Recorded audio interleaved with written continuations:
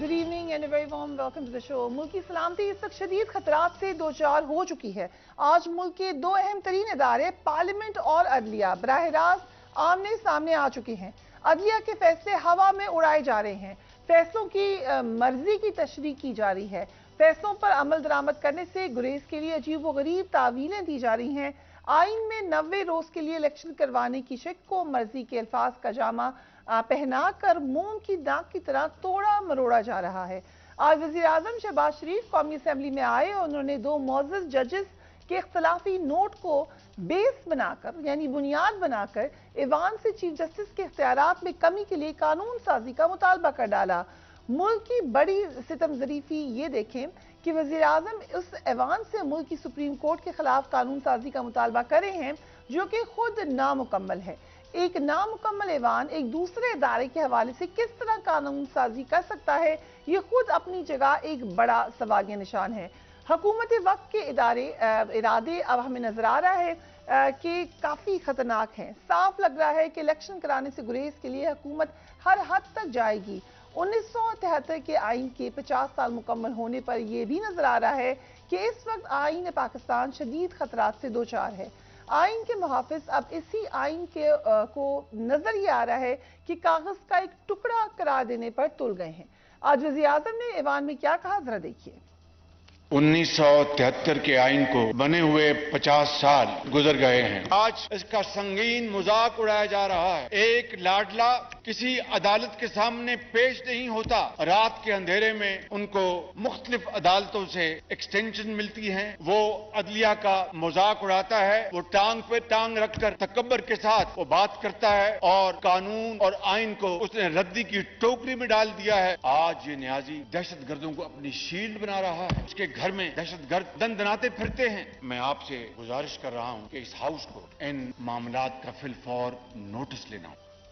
हुकूमत नाम की ऑपोजिशन लीडर राजा रियाज भी वज़ीर आज़म की हाँ में हाँ मिलाते नजर आए। कम से कम कैमरा ऑप्टिक्स ही दे देते, वैसे ही कोई एक दो इख्तलाफी नोट दे देते, लेकिन ऐसा भी नहीं किया। Let's watch him. कि एक लाडले के लिए रात के 12 बजे भी अदालतें खुल रही हैं, सुबह के 12 बजे भी खुल रही हैं। वो पुलिस के 70 लोगों को पेट्रोल बम मारे, क्लाशनकोफ की गोलियां मारे, उन पे लाठियां बरसाई जाएं, उन्हें अगवा किया जाए। जो एक आदमी को साल लगते हैं, कई साल जमानत के लिए, उसकी जमानतें दिन में 12-12, 14-14 जमानतें हो रही हैं। आज ये अदालतों के पीछे छुप रहा है। हम आजाद अदलिया के साथ हैं और इंशाल्लाह खड़े रहेंगे। एक पोलाइट रिमाइंडर देना है राजा रियाज साहब को कि अगर अदालतें खुली थी तो ये तो पीटीआई कहती है, ये उनका पॉइंट ऑफ व्यू है। आपको शायद याद नहीं रहा कि वो किस कॉन्टेक्स्ट में कहते हैं। नून लीग आज तो चीफ जस्टिस के इख्तियारात की में कमी चाहती है, लेकिन माजी में नवाज शरीफ और PMLN अदलिया के हवाले से क्या क्या कहते रहे हैं। Let's watch that. मासूम सा मुंह बना के कहता है कि मेरे लिए 12 बजे अदालतें क्यों खुली, तो कान खोल के सुन लो इमरान खान, तुम्हारे लिए 12 बजे अदालतें इसलिए खुली कि तुमने पाकिस्तान के आइन पर खुदकुश हमला किया था। तुम अदालतों के हुक्म को पांव के नीचे रोंदोगे और अदालतें तुम्हारा मुंह देखती रहेंगी। शुक्र मनाओ इमरान खान कि अदालतों ने अभी तुम्हारे खिलाफ फैसला दिया, तुम्हें उठा के जेल की सलाखों के पीछे नहीं।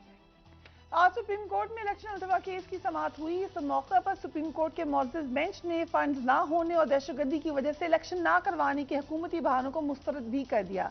चीफ जस्टिस ऑफ पाकिस्तान ने वाज़ेह किया कि इलेक्शन कमीशन को आज खुद इलेक्शन की तारीख में तौसीक का इख्तियार नहीं है। आज की समाअत में बहुत अहम बातें हुई जिनको आप स्क्रीन पर देख सकते हैं। वक्तन फवक्तन हम उनको हाईलाइट भी करेंगे, मगर अब भी इस वक्त भी जो अब पार्लियामान को हम देख रहे हैं face off with the supreme court of Pakistan. So आगे ये मामला कहाँ जाएगा। हसन रजा पाशा साहब, thank you so much for being on the program. हुकूमत ने आज पार्लियामान और अदलिया को आमने सामने खड़ा कर दिया है। आपके ख्याल से आगे तसादम इमिनेंट है या चीज़ें बेहतरी की तरफ चली जाएंगी? देखें, मैं इसके जो पॉलिटिकल पहलू है उसको फिलहाल नहीं छेड़ता, ना ही टाइमिंग को देखता हूँ। लेकिन जो ये अमेंडमेंट, प्रपोज्ड अमेंडमेंट्स अभी और जो बिल की सूरत में पेश हो रही है पार्लियामेंट में, ये हमारे बार एसोसिएशन और बार कौंसिल्स के बड़े दीरीना मुतालबे थे। मसलन आप ले लें 184(3) की जुरिस्डिक्शन को, उसमें सुओ मोटो के बाद कोई अपील का हक नहीं था। ठीक। और देखिए, supreme court ultimate court of law है, उसके बाद तो अल्लाह की अदालत है। और इस अमेंडमेंट के तहत, इस बिल के तहत सुओ मोटो का कोई भी जुरिस्डिक्शन अज्यूम करती है सुप्रीम कोर्ट ऑफ पाकिस्तान, तो वो अपील का हक दे दिया गया है मुतअस्सरा आज फरीक नोटिस को। का फैसला सीनियर जजेस करेंगे, जबकि आज नोटिस के खिलाफ अपील का हक होगा, एज यू हैव सेड। दूसरी बात, 30 दिन में आज नोटिस के दूसरी खिलाफ बात अपील यह दायर हो है सकेगी। कि आज खुद नोटिस के लिए जो मैटर आएगा वो सोलली जो चीफ जस्टिस ऑफ पाकिस्तान का इख्तियार नहीं होगा, वो 3 रुकनी 3 जजेस होंगे, जिनमें चीफ जस्टिस साहब और 2 सीनियर जजेस। तो वो तीनों डिसाइड करेंगे विद मेजॉरिटी व्यू कि ये इसकी कॉग्निजेंस ली जा सकती है 184(3) के तहत या नहीं ली जा सकती। और इसमें सबसे बड़ी जो अमेंडमेंट है, मैं समझता हूँ पब्लिक एट लार्ज के लिए, देखिए 184(3) बाकी तमाम मामला ज़्यादातर कॉन्स्टिट्यूशनल और पॉलिटिकल मैटर्स होते हैं, उन पे ले दे होती रहेगी। लेकिन जो सबसे अहम चीज़ है वो ये है, सहमत आप पढ़ लें, मेरा ख्याल है सहमत है, कि जिसमें ये है कि अगर कोई पिटीशन, कोई अपील वो सुप्रीम कोर्ट में फाइल होती है और उसमें इंटरिम रिलीफ की रिक्वेस्ट की जाती है, स्टे मैटर है या कुछ, तो वो विद इन 14 डेज वो लगेगी, फिक्स होगी, उसका फैसला हो जाएगा कम अज कम। अब आप देखें कि सबसे बड़ा मसला वकला का और लिटिगेंट्स का ये है कि सुप्रीम कोर्ट में फिक्सेशन नहीं हो रही केसेस की, और फिक्सेशन ना होने की वजह से मोर देन 20% केसेस जब फिक्स होते हैं तो वो विड्रॉ करने पड़ते हैं। हसन साहब, आप ये कह रहे हैं कि इसको भूल जाएं कि इससे हुकूमत जो चाह रही है कि इलेक्शन ना हो, शायद उसका उनको फायदा हो, या ये भूल जाएं कि इसमें किसकी फायदा हो रहा है, कौन से चीफ जस्टिस हैं, इस टाइम पीरियड को भूल के अगर हम नहीं, वक्ती तौर पे मैंने ये बात की है, जहां तक ये ओवरऑल एक अच्छा कदम होगा, ये आप कह रहे हैं। ये अमेंडमेंट्स को लेकिन बतौर वकील और स्टूडेंट ऑफ लॉ हम बेहतर समझते हैं। ठीक है, बट राइट नाउ एक पॉलिटिकल एनवायरनमेंट है, पॉलिटिकली डिवाइडेड एनवायरनमेंट है, इसको हम नजरअंदाज तो नहीं कर सकते। तो क्या ये तासुर ठीक है कि एक ऐसी पार्लियामान जो कि मुकम्मल नहीं है, वो एक ऐसा बिल पास करने जा रही है जिससे फायदा उनके मोटिव को होने जा रहा है? ये नामुकम्मल किसने की है? नहीं, से पहले ये बात ठीक है, मैं वही बात कर रहा हूँ, नामुकम्मल किसने की है? जो आज खुद इस्तीफे दे के बाहर बैठ के। ठीक है, मैं उस वक्त भी ये कहता था कि नहीं, इनको बैठना चाहिए, इनको पार्लियामान में बैठ के अपना जो है वो मामलात को चलाना चाहिए, लेकिन वो नहीं बैठे। लेकिन और ये सिर्फ इस lordship mister justice Umar Ata Bandial साहब के लिए नहीं है, ये आइंदा आने वाले तमाम चीफ जस्टिस साहबान के लिए है, और जिसमें काजी साहब का एक क्रूशल टाइम आ रहा है। राइट, सो चले इसका सियासी पहलू आपने हाईलाइट भी कर दिया। शोएब शाहीन साहब, थैंक यू सो मच। अब अभी जो बिल है वो पास नहीं हुआ है, उसको कमेटी की तरफ रेफर कर दिया गया है, लेकिन बहरहाल आज पार्लियामान में होने वाली जो तकरीर थी उनसे ये तासुर वाज़ेह था कि रियासत के 2 सतून आपस में टकराने जा रहे हैं। कैसे देखते हैं आप इस सूरत हाल को एज अ लॉ स्टूडेंट? देखें, पहली बात तो ये है कि ये तो पहले दिन से PMLN की और PDM की हुकूमतें चाहती नहीं है कि वो इलेक्शन की तरफ जाएं। अब इलेक्शन को मुलतवी करने के हीले बहाने ढूंढे जा रहे हैं। देखें, कॉन्स्टिट्यूशन कहता है 90 डेज में इलेक्शन होने हैं। इबाहम था कि क्या प्रेसिडेंट ऑफ पाकिस्तान ने डेट देनी है, इलेक्शन कमिश्नर ने देनी है या गवर्नर ने देनी है। पिछली प्रोसीडिंग्स में वो इबाहम दूर कर दिया गया कि गवर्नर KPK पाबंद है डेट देने का, और इधर प्रेसिडेंट ऑफ पाकिस्तान पाबंद है। प्रेसिडेंट ऑफ पाकिस्तान ने after consultation with the election commission date एक तय कर दी। इलेक्शन कमीशन ने खुद सजेस्ट की 30 अप्रैल से लेकर 7 मई के दरमियान। प्रेसिडेंट ऑफ पाकिस्तान ने अंडर सेक्शन 57 सबसेक्शन 1 के तहत वो डेट दे दी। अब वो फैसला आने के बाद इन्होंने रिव्यू उसको नहीं फाइल किया। इलेक्शन कमीशन ने शेड्यूल जारी कर दिया। इलेक्शन कमीशन ने वो चूंकि पहले दिन से मिला हुआ था, बहाना उनका पहले से चल रहा था, और उन्होंने रिलायंस करते हुए, आप देखेंगे इलेक्शन कमीशन को भी जो कंडक्ट है वो इतना बदनीयती पे मबनी है कि उन्होंने पहले जिसका रेफरेंस दिया है उसी के अंदर के 8 फरवरी को हमारी ब्रीफिंग दी थी IG ने और चीफ सेक्रेटरी पंजाब ने कि हम ना नफरी दे सकते हैं, हम ये कर सकते हैं, और वजारत खजाना ने पैसे देने से मना कर दिया। लेकिन ये सारी चीजें सिर्फ बहाने हैं। आइन के ताबे हैं सारे इदारे, आइन के ताबे हैं सुप्रीम कोर्ट, आइन के ताबे हैं पार्लियामान, आइन के ताबे हैं तमाम एग्जीक्यूटिव अथॉरिटीज। अब एग्जीक्यूटिव अथॉरिटीज पाबंद है अंडर आर्टिकल 220 कि कि वो फैसिलिटेट करें for the purpose of holding free and fair election by the election commission. अब इलेक्शन कमीशन उसको बजाय इस बात के कि वो डेट अपनी मर्जी से आगे कर देता, जो कि उसको अख्तियार नहीं है, क्योंकि डेट देने का अख्तियार या प्रेसिडेंट का है या गवर्नर का है, तो वो उसने डेट 8 अक्टूबर की रख दी। और 8 अक्टूबर भी इसलिए क्योंकि 8 सितंबर को फारिग हो जाएगा अलवी साहब, उसके बाद इन्होंने नेशनल असेंबली को तोड़ना नहीं है, उसको भी डेट एक्सटेंड करनी है। और इन्होंने ये क्या करना है कि ये नॉमिनीज के जरिए, जो कि कॉन्स्टिट्यूशन की वायलेशन है, उन्होंने इस तरह चलाते रहना है। देखें शोएब साहब, लेट मी, अगर हम देखें इसको कंपेयर करें तो हसन साहब ने कहा, आपकी अंडरस्टैंडिंग ये है कि अगर हम उसको सिर्फ लीगल पैराए में देखें, अगर जो वो बात करें कि हम इसमें से सियासी पहलू निकाल दें, तो लीगल पैराए में भी क्या ये सजेशंस आपको लगता है कि ठीक नहीं है? कौन सी सजेशन? जो आज पार्लियामान में कहा गया। देखिए, पार्लियामान की जाने वाली सजेशन बिल्कुल दुरुस्त है। ये हमारा बार एसोसिएशन और बार काउंसिल का पुराना मुतालबा रहा है, लेकिन ये सुप्रीम कोर्ट रूल्स में, ये सुप्रीम कोर्ट ने खुद तय करना है अंडर आर्टिकल 191। जो इन्होंने लॉ बनाया है उसके लिए बजाय इस बात के कि इस तरह का कानून साजी कर दें जो कि सुप्रीम कोर्ट रूल से मुतसादिम हो, इस वक्त इनका पर्पज इस्लाह का नहीं है। इस वक्त टाइमिंग्स बड़ी इंपॉर्टेंट होती है, नीयतें बड़ी इंपॉर्टेंट होती हैं। इस वक्त इनका पर्पस सिर्फ फसाद पैदा करना है। इस वक्त ऐसी कैफियत पैदा करनी है कि हम किसी तरीके से सुप्रीम कोर्ट के साथ कोई लड़ाई का माहौल क्रिएट कर सकें और सुप्रीम कोर्ट की पावर्स के साथ हम छेड़छाड़ कर सकें। इस वक्त नीयत बड़ी इंपॉर्टेंट है, और ये इनकी जो इंटेंशन है वो इस वक्त कोई ऐसी नहीं है कि वो नेक नीति से कोई कानून साजी करना चाहते हैं और नेक नीति से कि तमाम पॉलिटिकल पार्टीज को बिठा के सुप्रीम कोर्ट या अदलिया में जो रिफॉर्म्स लाना चाहते हैं, जुडिशल रिफॉर्म्स है, उस नीयत से ये करने जा रहे हैं। इनकी नीयत जो है वो कुछ और है इस स्टेज पे। मेरा ख्याल है कि इनको जो पहला काम है, ठीक है, इस पे आप तमाम पॉलिटिकल पार्टीज को कंसल्ट करें और काम करें, लेकिन इस वक्त जो काम है वो एक है, वो बड़ा इंपॉर्टेंट। दो चीजें इस वक्त है इंपॉर्टेंट। क्या इलेक्शन कमीशन इस तारीख को अपनी मर्जी से एक्सटेंड कर सकता है जो प्रेसिडेंट ऑफ पाकिस्तान ने पावर एक्सरसाइज की है?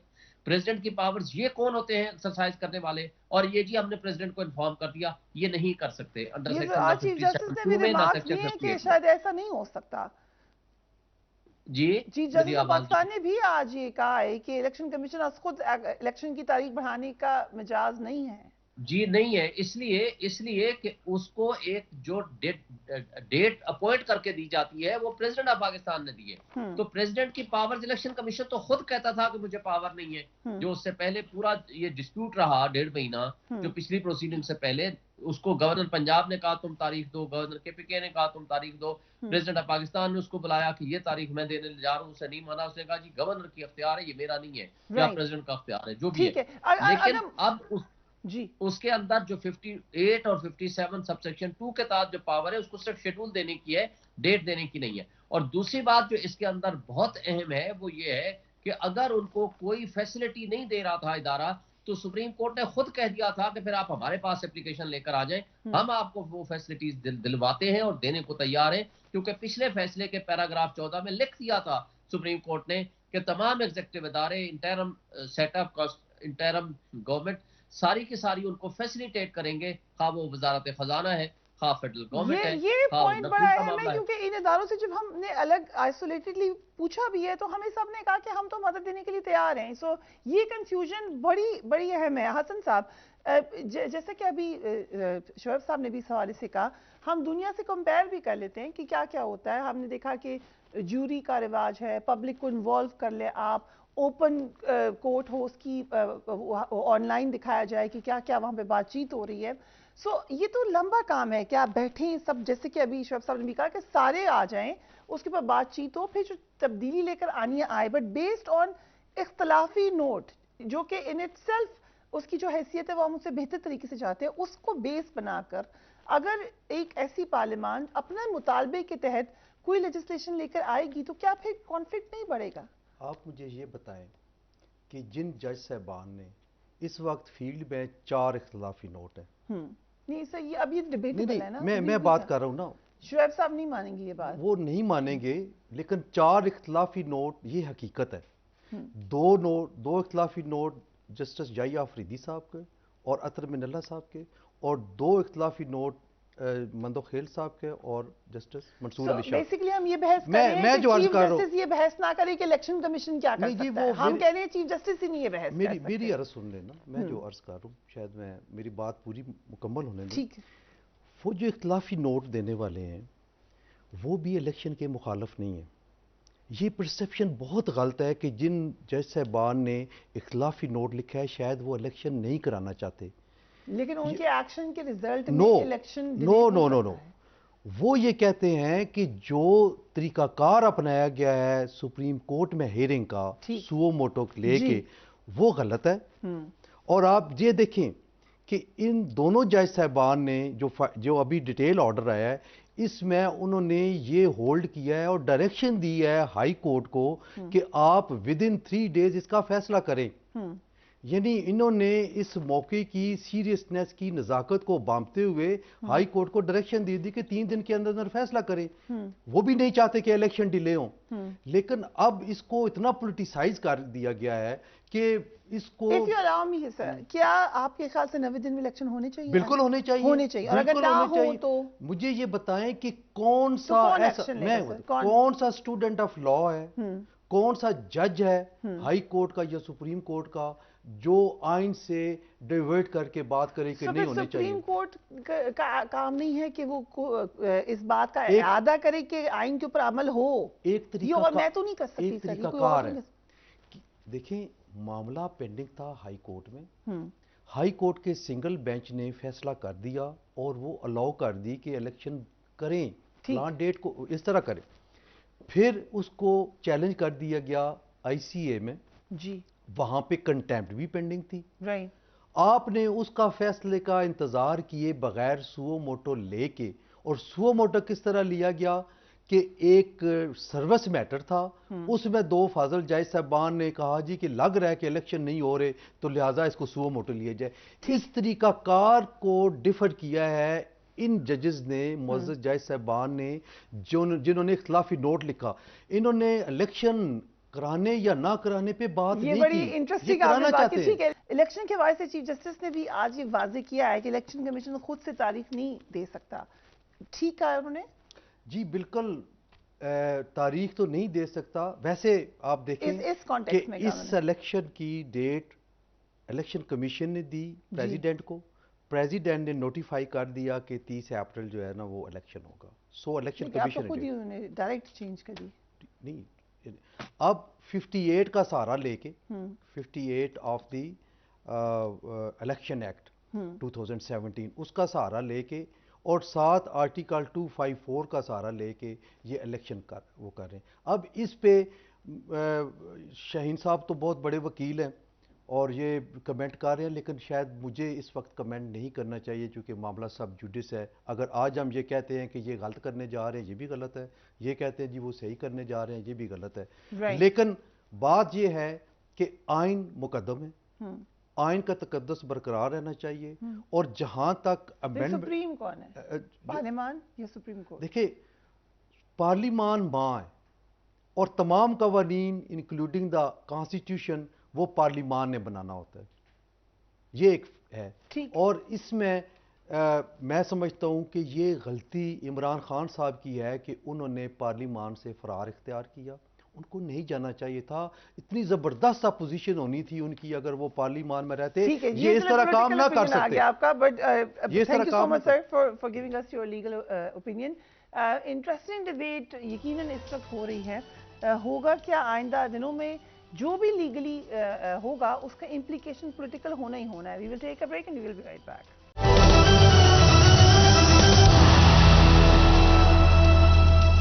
And welcome back. पाकिस्तान इस वक्त कई बहरानों से दो चार है। मुआशी और सियासी बहरानों के बाद अब रियासत के सतून आपस में टकराने का खदशा भी नजर आ रहा है। सुप्रीम कोर्ट ने 90 रोज में इलेक्शन करवाने का हुक्म दिया, लेकिन इस हुक्म पर अमल दरामद के आसार फिलहाल नजर नहीं आ रहे। मुल्क भर में इंसानी हकूक की खिलाफ वर्जियों का सिलसिला दराज हो चुका। तहरीक इंसाफ के रहनुमाओं और कारकुनान के खिलाफ क्रैकडाउन जारी है। आज इस हवाले से तहरीक इंसाफ ने एक डॉसिये शाया किया है।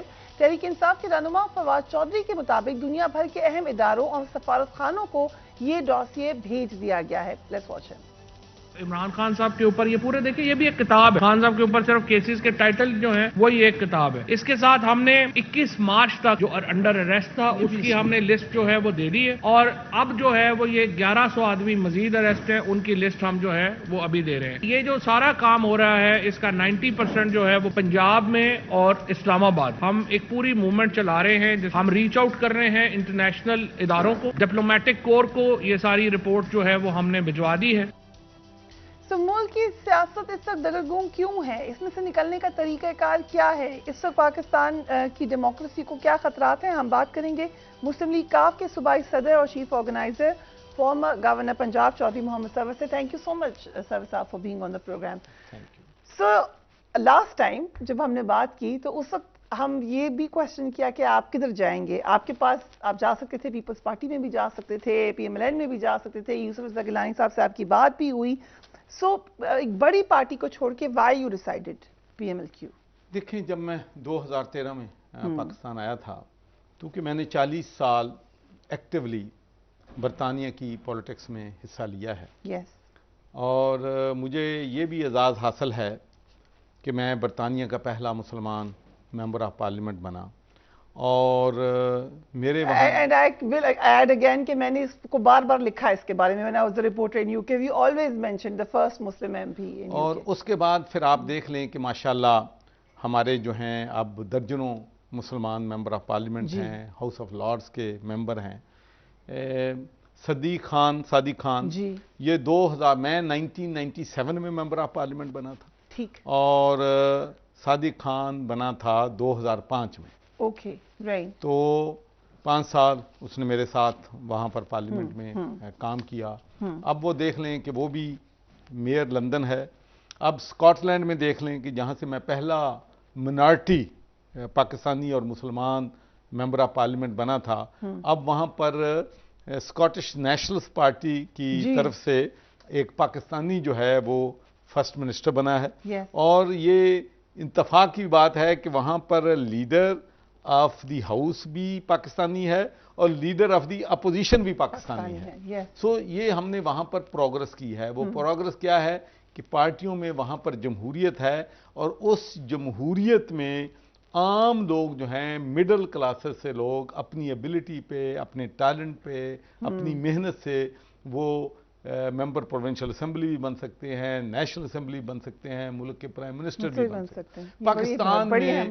पाकिस्तान में जो एक बदकिस्मती है, आप देख लें, मैंने पूरे पंजाब की हर कंस्टिट्यूएंसी से मैं वाकिफ हूँ। मैंने इतनी इस पे मेहनत की है कि मैं UC लेवल पे पंजाब की सियासत से और MNA तक मैं दूसरे सूबों की भी सियासत से वाकिफ हूँ। मुझे ये बताएं कि 500 टोटल खानदान ये बनते हैं, चाहे पाकिस्तान तहरीक इंसाफ की हुकूमत हो, चाहे पीपल्स पार्टी की हुकूमत हो, चाहे मुस्लिम लीग नून की हुकूमत हो, ये लोग हुकूमत में होते हैं। बट सर साहब, ये PMLQ भी तो खानदान ही है, ये भी तो खानदान। मैं अभी अर्ज करता हूँ, देखें इसमें कोई शक नहीं है कि क्यों भी एक खानदान है, लेकिन ये पहली दफा हुआ है कि एक खानदान ने अपना चीफ ऑर्गेनाइजर पार्टी का और पंजाब का जो सदर है उसको अपने से खानदान से बाहर किसी शख्स को लगाया है, और फिर उसको एम्पावर किया है कि जिस तरीके से भी मैं पार्टी में जमहूरियत लेके आऊं,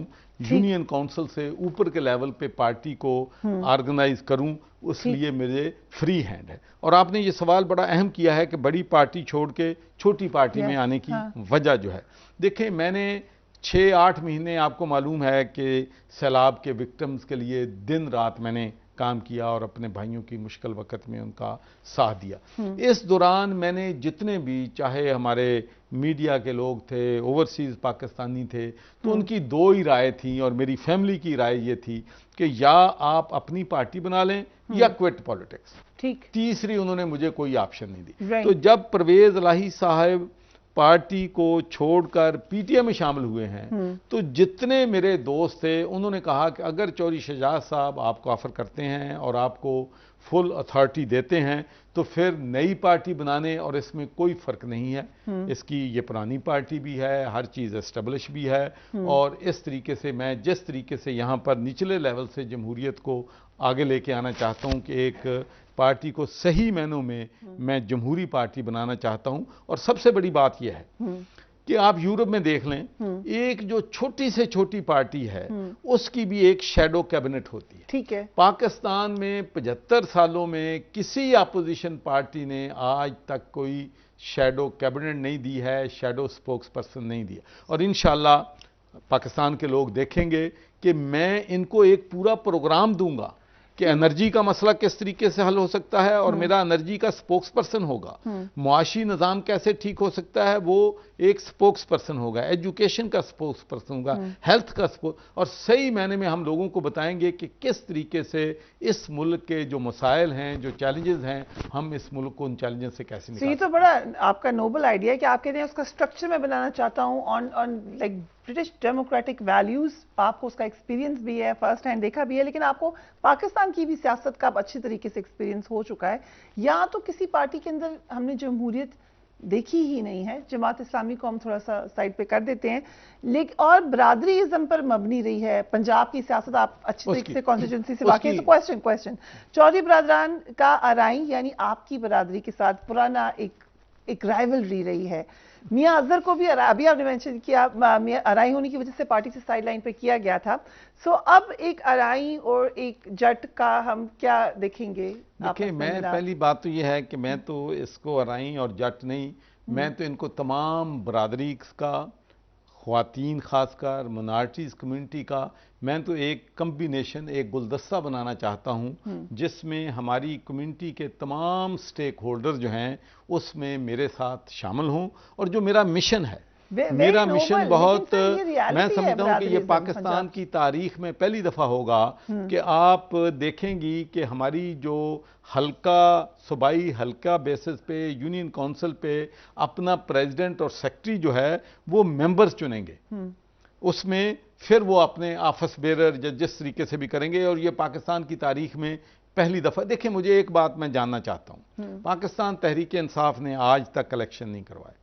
इलेक्शन होने थे, मैं भी कैंडिडेट था, फिर अचानक पनामा की वजह से कैंसिल कर दिए, जिस पे मैंने प्रोटेस्ट भी किया। लेकिन मेरी एक समझ से बाहर बात है कि पाकिस्तान में जमहूरियत है, पाकिस्तान में हुकूमत करनी है, पाकिस्तान में पाकिस्तान तहरीक इंसाफ इलेक्शन नहीं करवाती। पूरी दुनिया में हर साल इलेक्शन होते हैं, हालांकि वहां पर तो हमारे जो बच्चे हैं, हमारी जो फ्यूचर जनरेशन है, मैं तो उनको हमेशा ये गाइड करता हूं कि भाई अगर आप वहां की पॉलिटिक्स में शामिल होंगे, वहां आप अपना इन्फ्लुएंस बनाएंगे तो अपनी कम्युनिटीज की वहां भी खिदमत करेंगे और पाकिस्तान की भी ज्यादा से ज्यादा मदद करेंगे। आप मेरी एग्जाम्पल ले लें फ्रिया, अगर मैं बरतानिया की पार्लियामेंट का मेंबर ना होता तो मैं जो पाकिस्तान को $20 मिलियन एड मिलती थी, जिसको मैं $400 मिलियन पे अपनी कम्युनिटी और अपने दोस्तों की मदद से लेके गया। फिर जीएसपी प्लस अगर मैं लेके आया हूं, वो मेरे connection member of parliament UK की वजह से थे। तो अगर वहां की पॉलिटिक्स में आप मौसर हैं तो आप अपने मुल्क के लिए, जिस मुल्क से आपका ताल्लुक है, उनकी बेहतर खिदमत कर सकते हैं। तो इसलिए मैं तो ये यंगर जनरेशन है ऑल ओवर द वर्ल्ड, मैं उनसे ये मेरा मैसेज है कि देखें, पाकिस्तान के 22 करोड़ अवाम पाकिस्तान की सियासत के लिए काफ़ी हैं। आप जिन मुल्कों में रहते हैं वहाँ की पॉलिटिक्स में देखें, अपनी बिजनेस पे कंसंट्रेट करें, अपनी प्रोफेशन पे कंसंट्रेट जो है वो करें और इस मुल्क की मदद करें। काफ लीग में या पाकिस्तान मुस्लिम लीग में अब आपको फ्री हैंड मिल जाएगा, आपके खास से इन्फ्लुएंस नहीं होगा, इसमें भी पुराने मेंबर्स हैं। मैं अर्ज करूं जी, कोई मुझे बिल्कुल चौधरी शुजात साहब ने, सालिक साहब ने, तारक बशीर चीमा साहब ने मुझे बिल्कुल फ्री हैंड दिया है। और इंशाल्लाह आप देखेंगे कि हम इसको जो एक अदारा जिसको मैं कहता हूँ इंस्टीट्यूशन, इंशाल्लाह अपनी जमात। लेकिन आपने खुद तारिक बशीर चीमा साहब का जिक्र किया तो चौधरी परवेज इलाही को ने जहांगीर तरीन को कहा था उन्होंने और तारिक बशीर चीमा ने कि वो आपको कंट्रोल करें। I hope you remember that. जी मैं बिल्कुल, मैं मुझे अच्छी तरह वो याद है, इसलिए कि वो उस वक्त हमारे कुछ इख्तलाफात थे। दूसरी बात मैं आपको बताऊं फरिया, जब आप प्राइवेट बातें करते हैं तो उसमें बहुत सी ऐसी बातें तो अभी कर तो जाते आपको कंट्रोल करने तो के लिए अब मेरा ख्याल है। अच्छा, मैं बताना चाहता हूं कि मुझे पार्टी में लाने के लिए चौधरी शुजात के बाद जिसने सबसे ज्यादा लॉबी किया है, इन्फ्लुएंस किया है, वो तारिक बशीर चीमा साहब है। अच्छा, so things have changed now, हम ये कह सकते हैं। Politics is 1 week is a long time in politics. So you are right, लेकिन अभी आप देखिए, जब पीटीआई के साथ थे आप और आपके इख्लाफात ढके छुपे नहीं थे, आप तो बड़े अरसे से बता रहे थे, ओपनली बात कर रहे थे, लेकिन नाउ अब जो पंजाब की सूरत हाल हो गई है और नजर आ रहा है कि पीटीआई की पॉपुलैरिटी बहुत ज्यादा हो गई है, डू यू रिग्रेट कि मैं रहता पीटीआई में रहता? नहीं, देखिए मैं कभी अपना फैसला करने के बाद रिग्रेट नहीं करता। एक बात तो यह है कि मैं एक ऑनेस्टी के साथ पाकिस्तान तहरीक शामिल हुआ था। मेरी नून वाले बहुत इज़्ज़त भी करते थे, गवर्नर भी था, बल्कि मेरी उस वक़्त ब्यूरोक्रेसी जब थी, तो मैं आपको बात बताना चाहता हूं कि मुझसे खुद शहबाज शरीफ साहब कई दफ़ा कहते थे कि आपको ब्यूरोक्रेट्स के बारे में बहुत ज़्यादा नॉलेज है, कंस्टिट्यूंसी पॉलिटिक्स के बारे में आपको बहुत नॉलेज है, वो ये बात तस्लीम करते थे। और जब मैं उनको रिकमेंड करता था कि ये लोग अच्छे हैं, तो वो उनको पोस्ट पे लगा देते थे।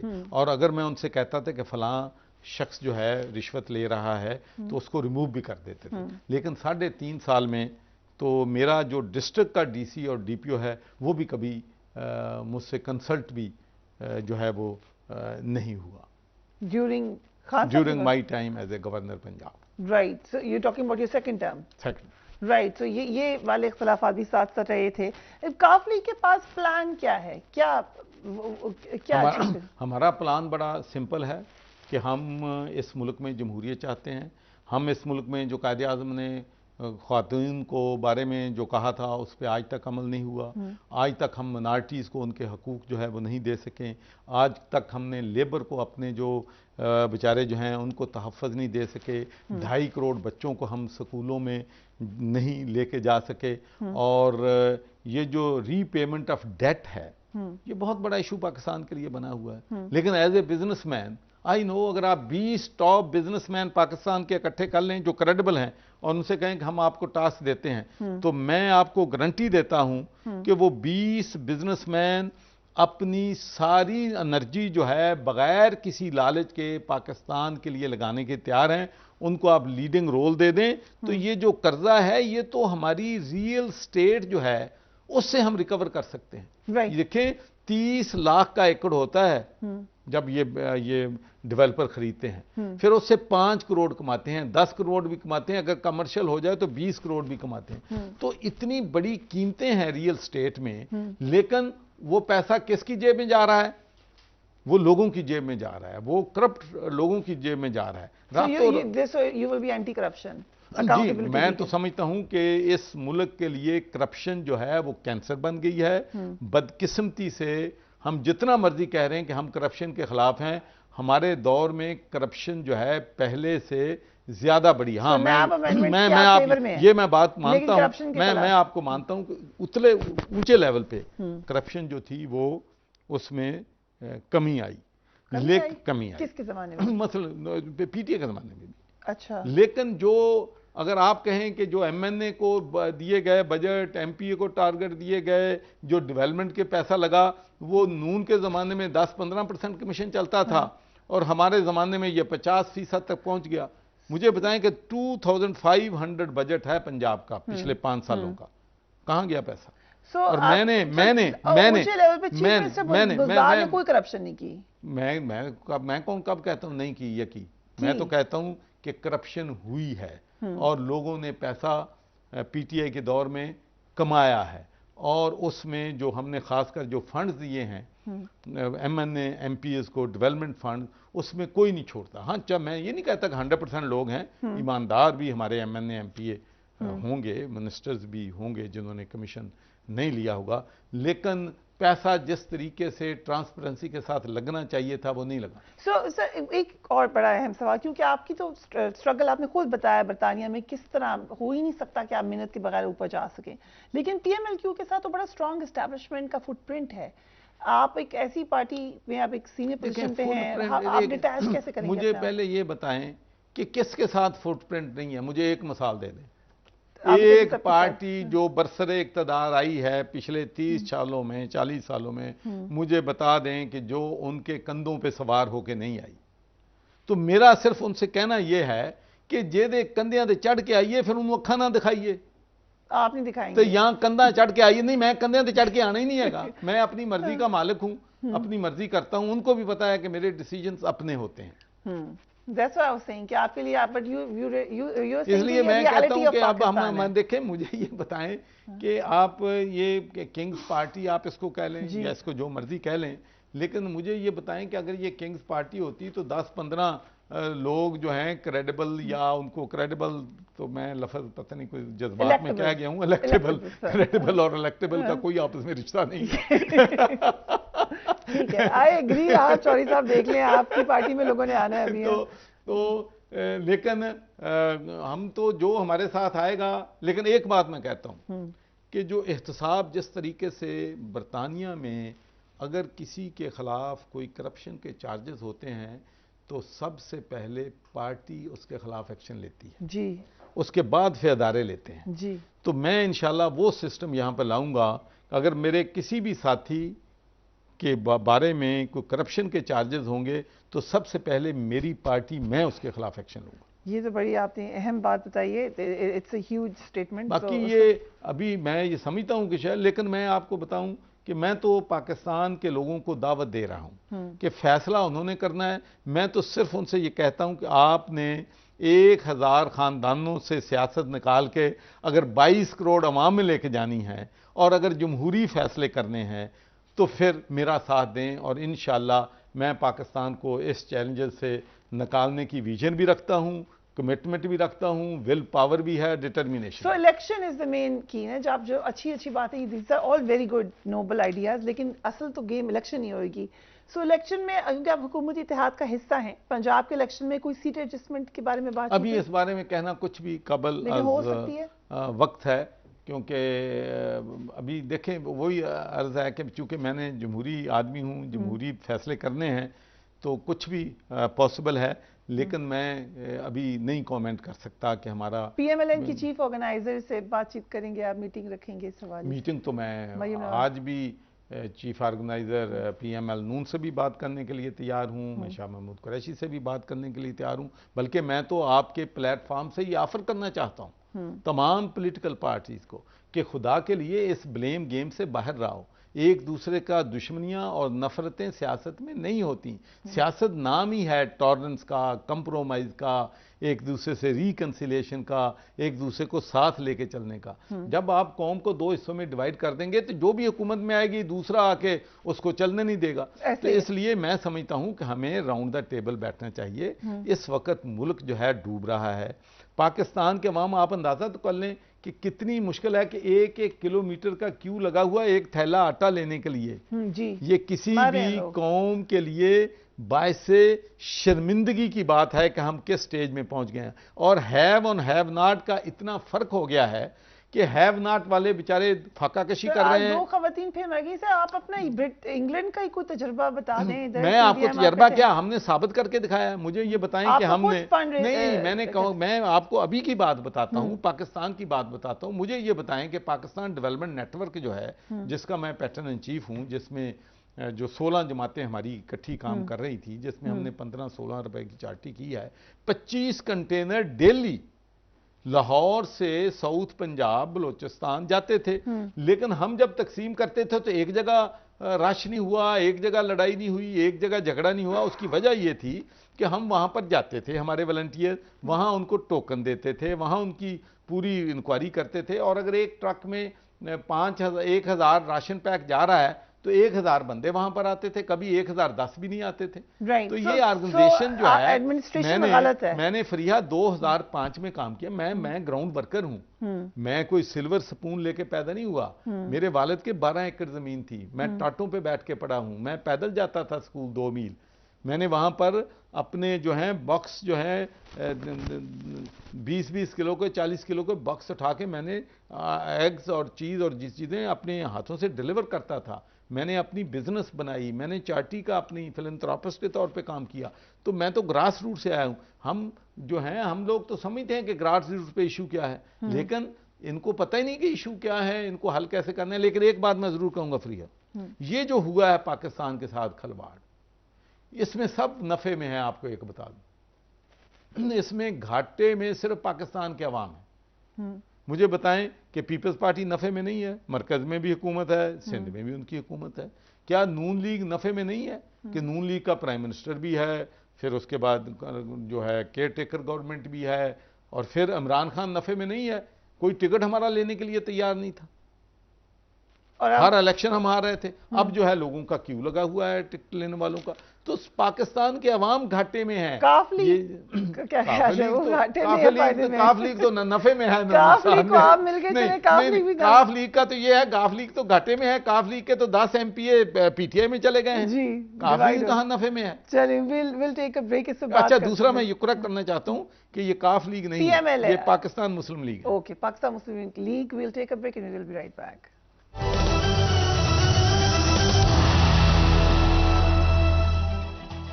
And welcome back. चौधरी साहब, तहरीक इंसाफ ने आज अपने कारकुनान के साथ जो कुछ होता रहा हम जान रहे हैं। पीपल हैव गॉन मिसिंग, गैर कानूनी गिरफ्तारियां, तशद्दुद उनके ऊपर हुआ। सो एक डॉसिए शाया किया एंड आपको तो ह्यूमन राइट्स का बताने की ज़रूरत ही नहीं है, आप उसको बरतानिया से भी कंपेयर कर सकते हैं।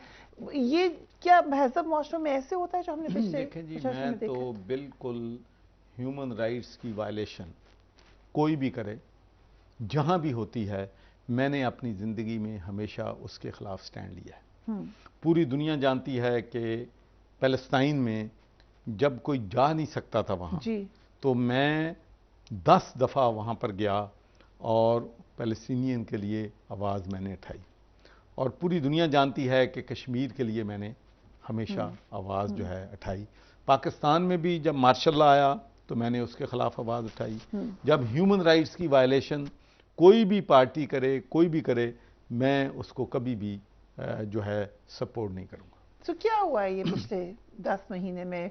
हम तो पीटीआई को इल्जाम लगाते थे, लेकिन उसमें मैं करूं जी, इसमें जिस तरीके से मैं कहता हूं कि ये जो है अपनी वर्कर्स को गिरफ्तार करना, उनको आपके तो पुराने वर्कर हैं, आप जानते होंगे। नहीं जी, मैं आपको बताऊं जी, मैं तो बड़ा अपसेट होता हूं।